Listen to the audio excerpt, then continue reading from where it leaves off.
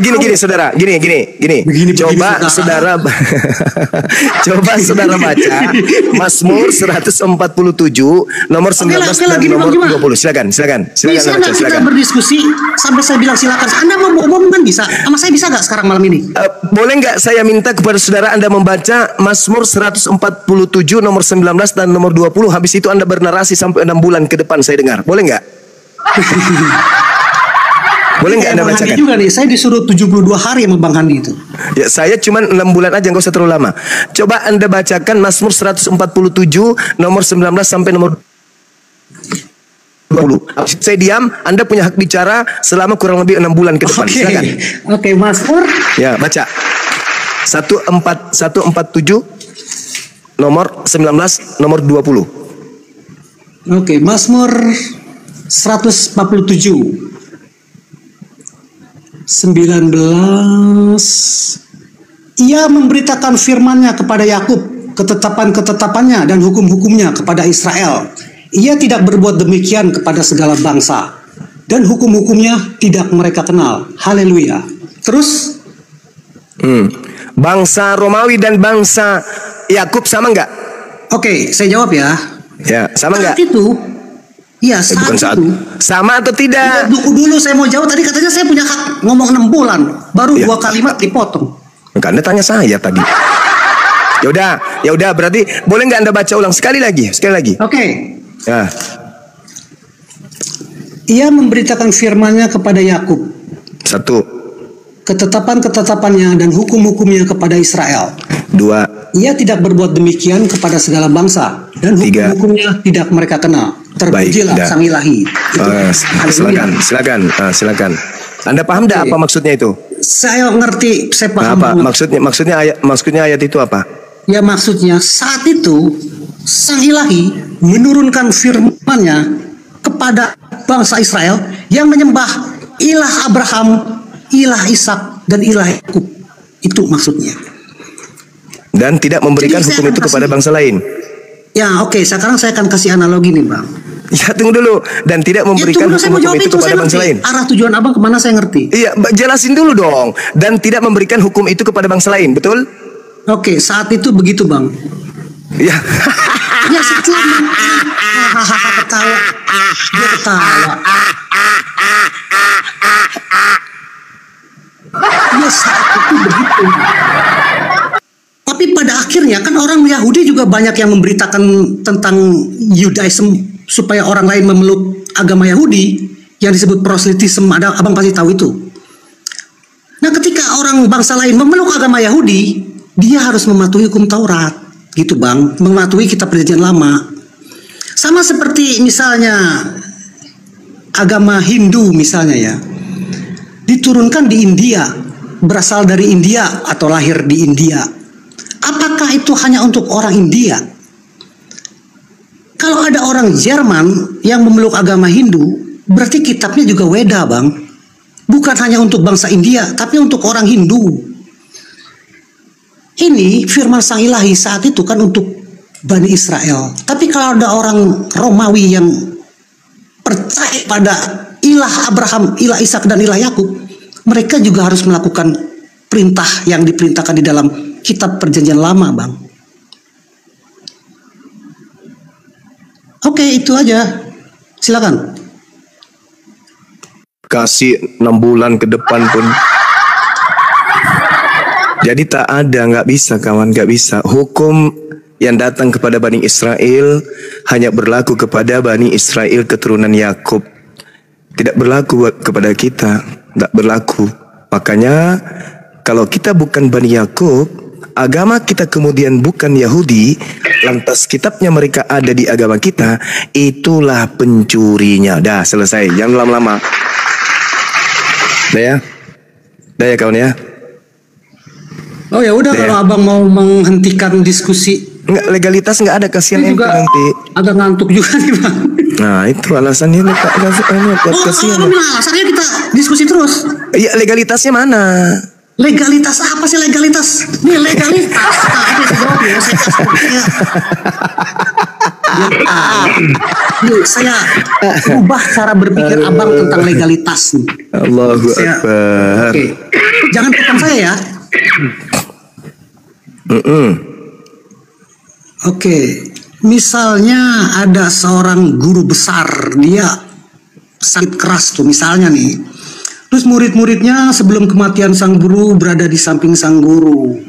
Terus sang guru berpesan begini, kalian harus memberitakan ajaran saya. Terus kata murid-muridnya, baik sang guru. Lalu sang guru itu wafat. Terus muridnya memberitakan ajaran sang guru. Gimana legalitasnya? Nggak ada, karena sang gurunya udah mati. Terus kalau ada seorang raja penjahat menyuruh anak buahnya untuk merampok, terus pesan itu ada di WA. Ketika anak buahnya ditangkap, dia bilang, saya disuruh sama bos saya, diperiksa WA-nya, ada perintah dari raja penjahat itu. Itu perbuatan perampok itu dilegal, mendapat legalitas dari raja penjahat. Jadi legalitas tidak menunjukkan kebenaran. Legal itu karena orang itu benar menyuruh, begitu doang bang. Anda nggak usah nanya legalitas, saya udah jelasin. Kami dari akar yang sama, kami percaya kitab perjanjian lama. Kami percaya ilahi yang menciptakan segala sesuatu di kitab kejadian, itu adalah sang ilahi yang mengutus Yesus. Dan kami percaya sang ilahi yang berfirman kepada nabi-nabi di kitab perjanjian lama adalah sang ilahi yang mengutus Yesus. Jadi kami percaya dengan Alkitab perjanjian baru dan kitab perjanjian lama. Orang Yahudi yang tidak percaya Yesus, dia tidak percaya perjanjian baru. Dia hanya percaya kepada kitab perjanjian lama. Itu masalah Yahudi, bukan masalah saya.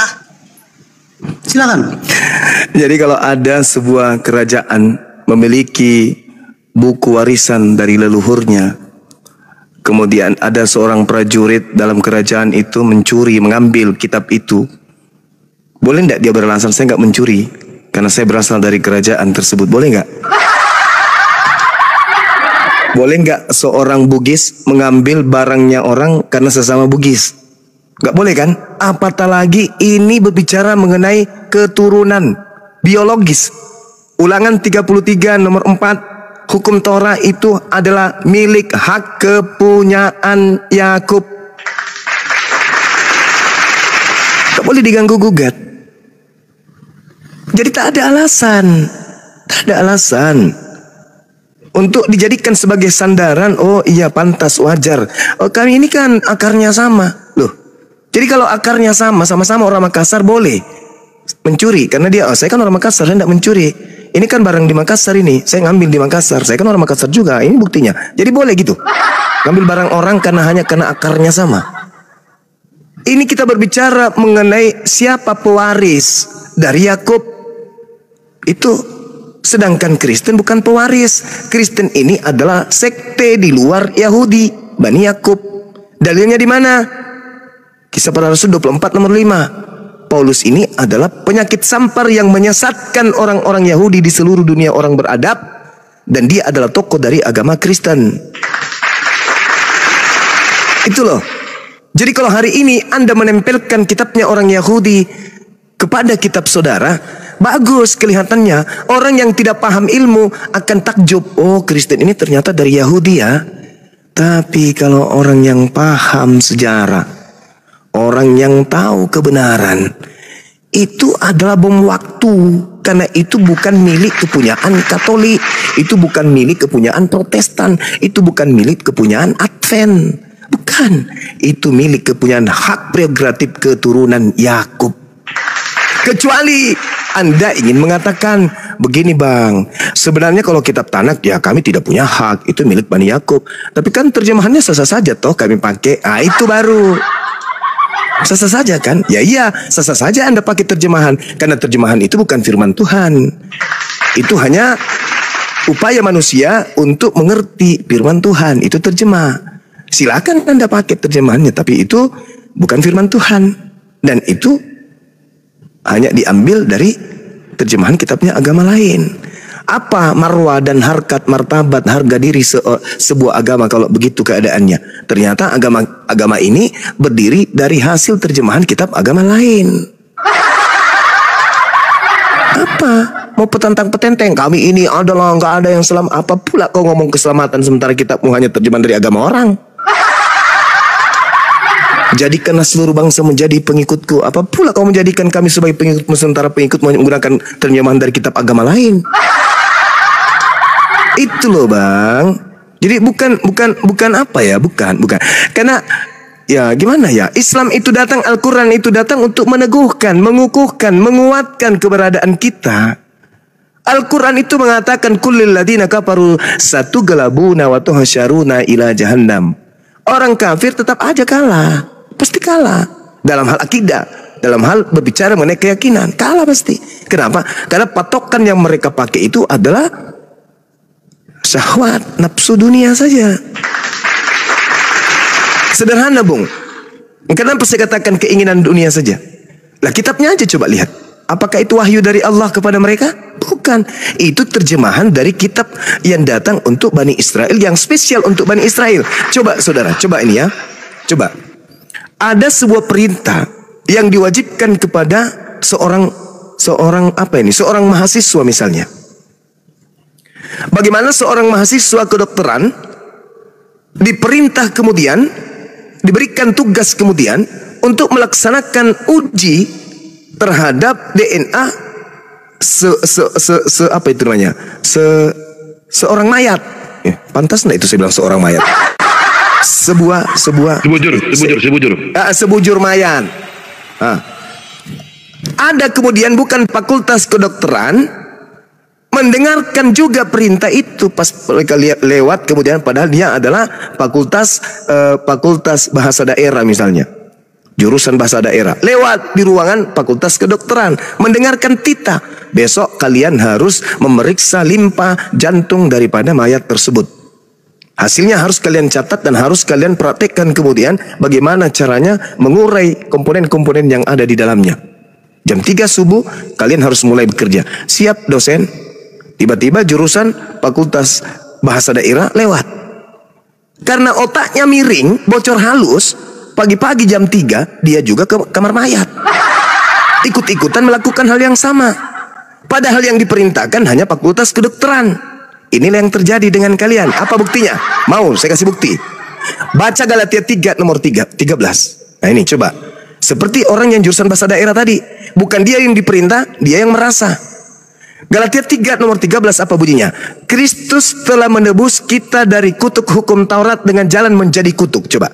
Sejak kapan orang Kristen dikutuk dari hukum Taurat? Ayo. Sejak kapan hukum Taurat berlaku untuk orang Kristen? Tidak pernah toh? Lalu kenapa Yesus mati untuk kalian? Hehehehehe. Coba, inilah yang dibilang jurusan bahasa daerah yang diperintah adalah jurusan kedokteran. Ikut-ikut juga dia pergi kemudian periksa mayat, bukan limpahnya yang diobo-obo, nya si mayat yang diobo-obo. Ini yang terjadi hari ini. Ini yang terjadi. Yesus menebus kita dari kutuk hukum Taurat. Cak Ayu, orang yang makan babi bukan Yahudi tidak haram. Paham? Ketika perintah Imamat 11 nomor 7 datang kepada Bani Israel, jangan engkau makan babi karena itu haram bagimu. Orang di luar Bani Israel mau makan babi, mau tidur dengan babi, mau nikah dengan babi, mau apapun dengan babi, tak haram. Karena perintah itu hanya untuk Bani Israel. Ketika kemudian orang Roma, orang Katolik, orang Yunani, apapun itu di luar Yahudi makan babi, emang gak ada aturan untuk mereka agar jangan makan babi. Ini bukan dia yang diperintahkan. Yesus pula mati untuk membatalkan babi kepada dia. Sejak kapan babi haram untuk Kristen? Kan lucu. Kenapa Kristen makan babi? Oh sorry ya. Kenapa? Karena di dalam Matius 15 Yesus mengatakan apa yang masuk ke dalam mulut itu tidak menajiskan, tapi yang keluar dari mulut itu yang menajiskan. Memang sejak kapan di luar Yahudi ada aturan yang masuk ke dalam mulutmu itu babi, ini itu jangan kau makan? Kapan? Kan tidak ada perintahnya. Jadi di luar Yahudi kau mau masuk di mulut babi kek, anjing, monyet, sandal jepit, tutup panci, pelek sepeda, nggak ada larangan. Ngadi-ngadi kan? Itulah yang kubilang kawan. Anda mengambil hukum dari agama lain, lalu kemudian Anda gunakan itu. Seibarat saya Bang Suma lulus Satpam, Anda tidak lulus Satpam. Saya punya sertifikat Satpam, Anda tidak punya. Ketika saya menangkap pencuri di area saya bekerja, Anda ikut-ikutan menampar orang yang mencuri sendal, penganiayaan. Tapi saya menggunakan baju Satpam juga Bang Suma. Ya tapi kan Anda ilegal, Anda nggak pendidikan, cuman menggunakan pakaian Satpam aja. Inilah yang terjadi. Untuk itulah Kristus telah menebus kita dari hukum Taurat dengan jalan menjadi kutuk. Siapa yang ditebus dari kutuk hukum Taurat? Kami dong, Kristen. Sejak kapan hukum Taurat untuk Kristen? Ya, kan lawak-lawak kata-kata sang debater. Nah inilah yang terjadi saudaraku hari ini. Kalian mengikat diri kalian dengan hukum agama lain dengan mengambil terjemahan kitabnya orang. Itu namanya sibuk sendiri. Makanya kata Yesus, enyahlah daripadaku kalian semua pembuat kejahatan, aku tidak mengenal kalian. Itu namanya SKSD apa? Apa namanya itu? Yang sok akrab, sok dekat. Saya kira begitu saudara, silakan nggak usah lagi dilanjutkan. Aku rasa nggak ada lagi jawaban dan Anda tidak akan mungkin bisa memberikan satu narasi yang bisa meloloskan bahwa kalian mengambil kitabnya agama lain tanpa sah, tanpa ada legalitas dari Tuhannya Yahudi, nabi-nabinya Yahudi, rabi-rabinya Yahudi. Kalian sibuk sendiri, seibarat jurusan bahasa daerah, ikut-ikut kemudian melakukan penyelidikan tentang seorang jenazah. Demikian dari saya. Dah, kita tutup atau gimana? Masih mau ngawur atau gimana kawan? Curan. Kita sapa dulu Gunda. Masih mau ngawur atau gimana? Saya masih mau ngawur. Oke. Saya narasinya silakan ya. Ngawurnya dimulai, silakan. Bentar dulu. Komentar dulu. Ini ada datang ini teman-teman. Yesus selamat malam. Islam kita. Malam. Yesus. Kristen Bang. Ya, gantian Bang komentari biar kayaknya tadi udah kayaknya. Silakan Bang. Saya penutupan dulu dong Bang Datuk. Ya udah. Datuk kasihani belum, silakan. Kita kasih haknya belum. Silakan saudaraku, silakan saya. Kita dengarkan. Mohon izin Datuk tanpa mengurangi rasa hormat. Kasihan dia sudah kencing di celana itu. Lanjut. Iya, narasi Bang Juma malam ini kurang tajam tuh. Padahal saya berharap narasi beliau tajam seperti sebelum-sebelumnya. Jadi kalau Bang Juma mau menyudahi diskusi ya saya setuju, karena saya ngantuk dengerin narasi dia yang tidak tajam. Silakan. Nah, cuma itu aja kan. Iya kan gue bilang kasih waktu. Karena gue nggak bisa lagi ngomong apa. Oke, YouTubein ya. Terima kasih semuanya. Jangan lupa sebelum buka toko. Pergi udah. Allahu Akbar. Masuk Mas Eko. Lanjut. Ya, Yesus selamat malam Yesus. Ya malam Bang. Kristen Bang ya. Akan lanjut Bang dengan guru kami. Silakan lanjut. Iya, ya lucu-lucu juga sih. Tapi memang Bang Zuma ini saya akui dia jenius ya untuk soal berbicara. Cuman gini Bang, boleh bertanya, untuk agama terbesar di dunia apa ya saat ini Bang Zuma? Kalau terbesar di dunia itu Kristen kayaknya ya. Kalau digabung semua sekte yang ada berapa ribu sekte itu, Kristen nyembah Yesus itu yang banyak dibandingkan Islam yang datang kurang lebih 700 tahun setelahnya. Ada apa Bang? Nah, jadi maksudnya untuk kitab itu menurut pandangan saya sih, kalau memang kitab itu ada kekeliruan atau mungkin bagaimana ya, apakah mungkin dari sekian banyak penganut itu apakah ada yang keliru juga Bang, gitu loh maksudnya. Oke, baik saudara, terima kasih banyak nih atas pertanyaan saudara karena Anda bertanya tentang ini. Kalau di dalam pendalaman materi nih keagamaan Islam, karena kita berbicara cakupan dua agama, di dalam Islam diterangkan kemudian bagaimana iblis itu bersumpah di hadapan pencipta langit dan bumi untuk menyesatkan seluruh anak keturunan Adam, dan kata iblis di hadapan Tuhan, hanya sedikit yang akan engkau dapati menjadi hambamu yang mukhlis, yang ikhlas beribadah kepadamu. Itu janji iblis di hadapan Tuhan. Aku akan menjadikan keturunan Adam menjadi pengikutku semuanya. Itu kata iblis. Akan kubuktikan kepadamu ya Rabb. Itu karena iblisnya ini kan ditanya oleh Allah, apa yang menjadikan engkau tidak mau bersujud kepada Adam yang kuciptakan dengan kebesaranku dan kekuasaanku sendiri? Apakah karena engkau sombong? Ketika aku perintahkan sujudlah kalian, maka semua malaikat itu sujud illa iblis. Istakbara wa kana minal kafirin. Ia iblis menyombongkan diri dan termasuk orang kafir. Lalu Allah bertanya, wahai iblis, ma mana'aka antas juda lima khalaqtu biyadah. Apa yang menghalangi engkau sujud kepada yang aku ciptakan dengan kekuasaanku? Apakah karena kamu merasa dirimu lebih tinggi? Iblis mengatakan, ana khairum minhu. Aku lebih baik dari Adam. Aku kau cipta dari api, dia dari tanah. Maka Allah mengatakan kepada iblis, kalau begitu alasannya, fakhruj minha, keluarlah kamu dari surga.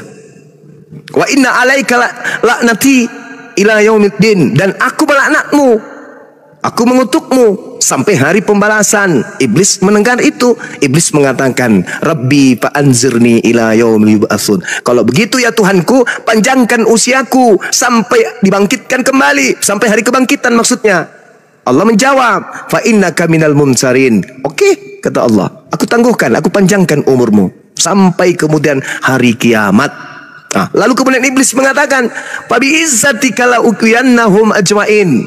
Kita sudah sepakat kemudian, demi kemuliaanmu maka aku akan menyesatkan Adam dan seluruh keturunannya, illa ibadaka minhumul mukhlasin, kecuali di antara mereka yaitu hamba-hambamu yang terpilih, mereka yang ikhlas beribadah kepadamu. Jadi kalau Anda mengatakan kemudian banyak Kristen, iblis memang bersumpah akan menyesatkan banyak keturunan Adam. Itu satu, itu dari Al-Quran. Sekarang mari dari ajaran Yesus. Apa kata Yesus? Waspadalah kepada penyesat yang datang kepadamu, yang akan datang kepadamu dengan memakai namaku dan berkata, akulah Kristus. Dia akan menyesatkan banyak orang. Jangan pungkiri itu, bang. Itu ucapan Yesus dan harus tergenapi. Matius 24 nomor 4 nomor 5. Waspadalah kepada penyesat, sebab banyak orang yang akan datang dengan memakai namaku, Yesus, dan berkata akulah Kristus. Dia akan menyesatkan banyak orang.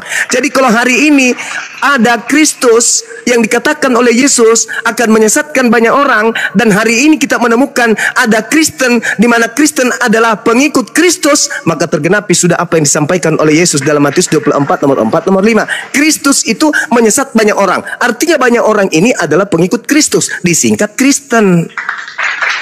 Maaf nih bang, maaf. Mungkin saya salah, mungkin saya keliru. Tetapi kalaupun saya salah, saya keliru, karena Anda percaya itu ucapan Yesus, tolong tunjukkan pengikut Kristus yang banyak selain Kristen itu mana? Oh kami Kristen bang, kami pengikut Kristus. Oke. Yesus mengatakan akan banyak orang yang disesatkan oleh Kristus. Orang banyak ini disesatkan menjadi pengikutnya. Berarti pengikutnya bernama Kristus, bernama Kristen atau pengikut Kristus. Nah, tapi kalau Anda mengatakan bukan kami loh bang, oke, baik. Demi kedamaian, demi perdamaian kita, persaudaraan, oke, mungkin bukan kalian. Tolong carikan siapa yang menggenapi pengikut Kristus penyesat ini. Di mana itu? Karena kalau Islam pengikut Nabi Muhammad. Nabi Muhammad tidak bergelar Kristus. Hindu, Buddha, itu bukan pengikut Kristus. Satu-satunya kandidat cuman Kristen kan? Kristen sama dengan pengikut Kristus. Yesus menubuatkan datangnya penyesat bergelar Kristus. Nah sekarang endingnya di mana? Matius 7 nomor 22, nomor 23. Pada hari terakhir nanti banyak orang berseru kepadaku, Tuhan, Tuhan, Tuhan, bukankah kami bernubuat pakai namamu, bermujizat pakai namamu, mengusir setan pakai namamu? Pada saat itulah aku Yesus akan berterus terang kepada mereka, enyahlah daripadaku, aku tidak mengenal kalian, kalian semua pembuat kejahatan. Siapa itu? Ya Kristen, lagi-lagi pengikut Kristus. Siapa yang harus kita cari di sini sebagai kandidat yang banyak ini? Karena dia mengatakan dia akan menyesatkan banyak orang. Mana banyak orang yang disesatkan oleh Kristus kalau bukan Kristen? Anggaplah bukan Kristen. Kalau begitu saya kasih waktu 3 tahun ke depan, tunjukkan kepada saya. Nanti setelah ketemu, sampaikan kepada saya, ini loh Bang Suma pengikut Kristus palsu itu. Tunjukkan mana itu. Kalau tidak ada ternyata, berarti mana yang harus kita katakan? Berarti Yesus ini pembohong. Karena dia mengatakan datang penyesat bergelar Kristus, berkata akulah Kristus. Nah, dan menyesatkan banyak orang. Ternyata tidak ada banyak orang disesatkan oleh yang mengaku Kristus. Berarti Yesus pembohong. Tapi kalau Yesus tidak pembohong, wajib hukumnya ada banyak orang pengikut Kristus. Nah kalau itu bukan Kristen, mana? Nah ini saya rasa memang berat. Kenyataan memang pahit, tapi mungkin mana lagi, itulah keadaan. Karena kita dibekali akal, maka yang hak tetap harus hak, yang batil harus batil. Katakan yang benar itu benar meskipun pahit. Saya kira begitu dari saya, sahabat-sahabat. Mungkin bisa dilanjutkan oleh guru-guru saya yang lain. Silakan.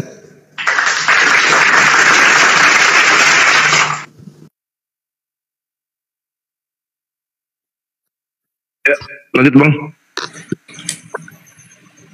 Ya, itu pertanyaan itu sih ya oke lah, kalau pendapat Bang Suma kayak gitu nggak apa-apa, itu kan pendapat dia. Terus kalau untuk kitab ini kan menurut Bang Suma bahwa kita Kristen ini kan mencuri dari Yahudi, ya nggak apa-apa. Tetapi kan yang kita tahu pastinya kitab yang kita imani ini kan suatu sejarah nyata. Nah, kalau mungkin di Bang Zuma sendiri, Al-Quran itu, kalau boleh tahu kan pewahyuan ya. Nah, itu bisa dikasih bukti dasar atau landasan bahwa itu benar-benar suatu pewahyuan pada saat terjadi di dalam Gua Hiro.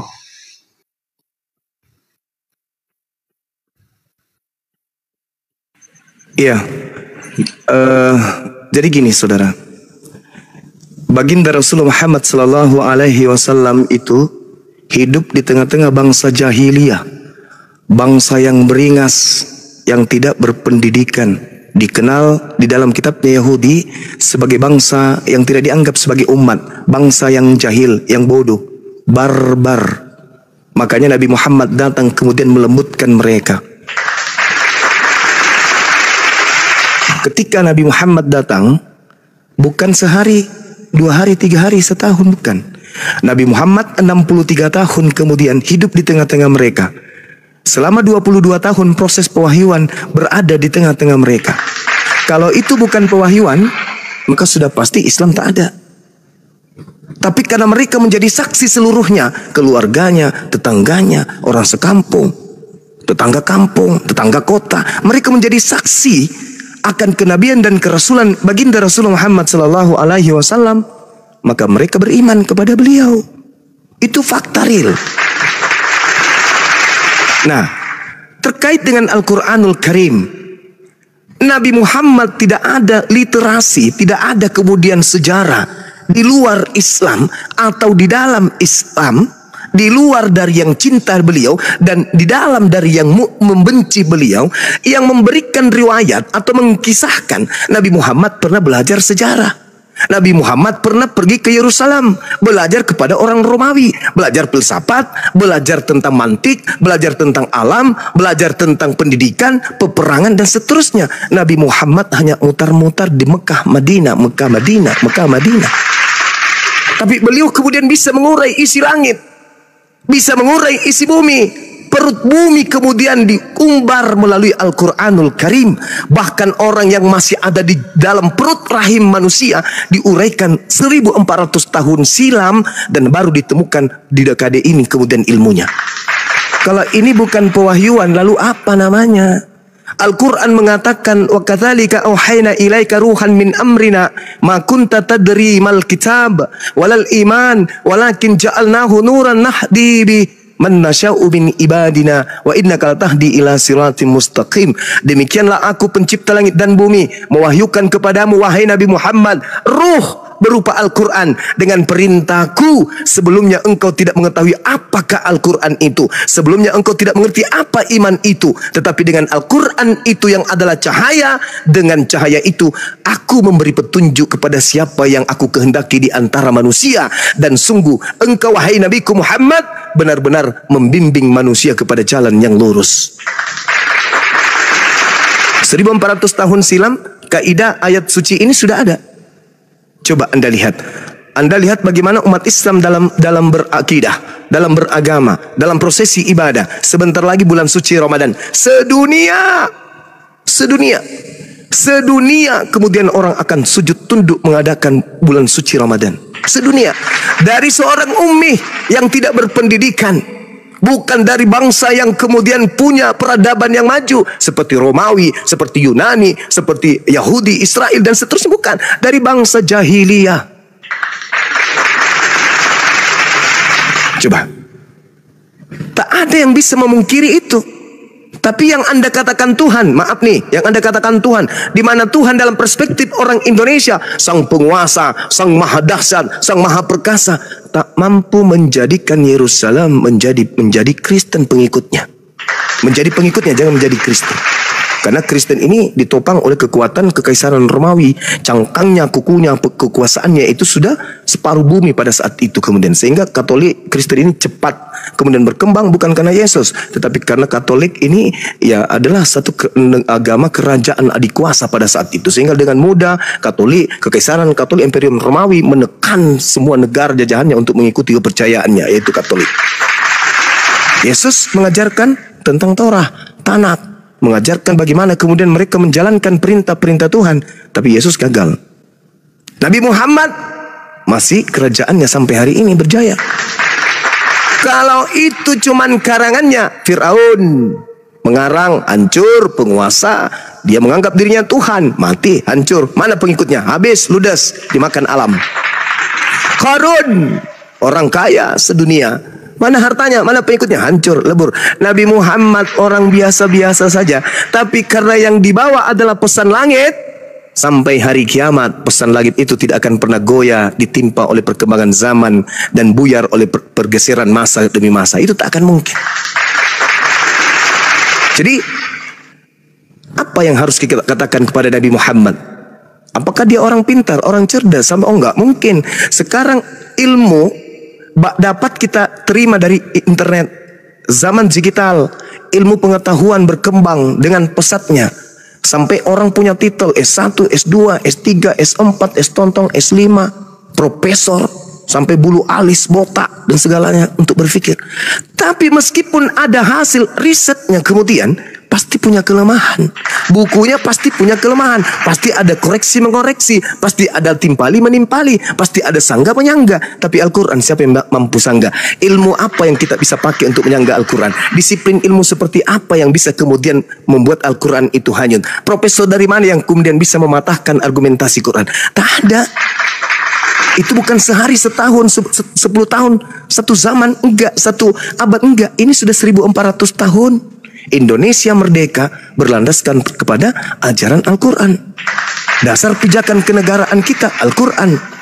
Nuansa ruang persatuan rakyat Indonesia Al-Quran. Atas berkat rahmat Allah yang maha kuasa dan seterusnya, bla bla dan seterusnya, Al-Quran. Lalu hanya orang yang memperbodoh dirilah yang kemudian yang tidak mau menerima kebenaran Islam. Inilah yang dikatakan oleh Al-Quranul Karim, bahwasanya orang yang telah datang padanya Islam tapi tidak menerima Islam itu adalah orang yang zalim. Wa man azzamu mimman iftara 'ala Allahil kadhiba wa huwa yud'a ilal Islam wallahu la yahdil qaumaz zalimin. Siapakah yang lebih zalim daripada orang-orang yang mengada-adakan kebohongan terhadap pencipta langit dan bumi, padahal dia sudah diajak kepada dinul Islam. Dan Allah tidak akan memberi petunjuk pada orang-orang yang zalim. Sudah ketemu Islam tapi masih jahil, masih zalim. Subhanallah. Itulah orang yang seburuk-buruknya orang. Sudah ketemu Islam.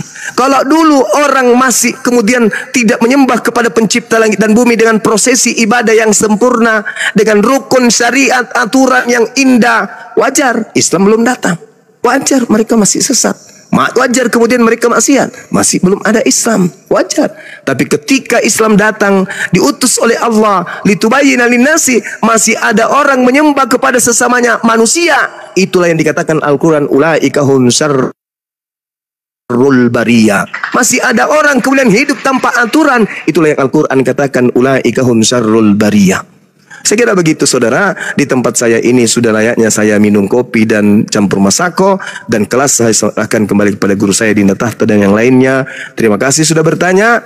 Silakan kalau ada sanggahan, saya tidak ada kewajiban untuk menjawab, saya mendengarkan saja, nanti adik saya Tahta atau yang lain untuk menjelaskan lebih jauh. Saya kira begitu dari saya, sahabat-sahabat sekalian. Mohon maaf ketika ada ucapan yang kurang berkenan. Apa yang benar dari lisan saya itu semata-mata dari Allah, dan yang keliru itu datangnya dari Bang Suma yang manusia fakir ini. Subhanakallahumma wa bihamdi, asyhadu an la ilaha illa anta, astaghfiruka wa atubu ilaih. Salam tauhid, salam satu Tuhan. Jayalah Islamku, jayalah Indonesia kita. Assalamualaikum warahmatullahi